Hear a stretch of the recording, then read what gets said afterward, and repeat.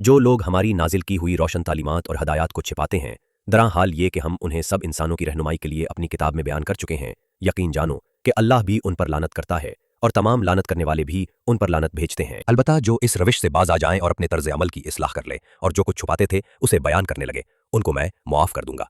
और मैं बड़ा दरगुजर करने वाला और रहम करने वाला हूँ। जिन लोगों ने कुफ्र का रवैया इख्तियार किया और कुफ्र की हालत ही में जान दी, उन पर अल्लाह और फरिश्तों और तमाम इंसानों की लानत है। इसी लानत ज़दगी की हालत में वो एशा रहेंगे, न उनकी सज़ा में तखफीफ होगी और न उन्हें फिर कोई दूसरी मोहलत दी जाएगी। तुम्हारा खुदा एक ही खुदा है, इस रहमान और रहीम के सिवा कोई और खुदा नहीं।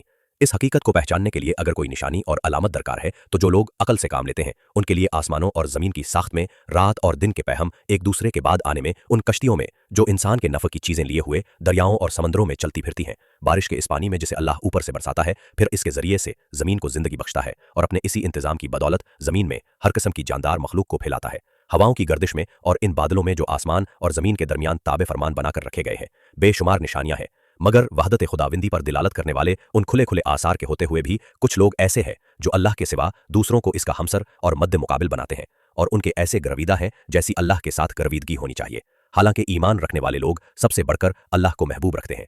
काश जो कुछ अजाब को सामने देखकर उन्हें सूझने वाला है वो आज ही उन जालिमों को सूझ जाए कि सारी ताकतें और सारे इख्तियारात अल्लाह ही के कब्जे में हैं और ये कि अल्लाह सज़ा देने में भी बहुत सख्त है।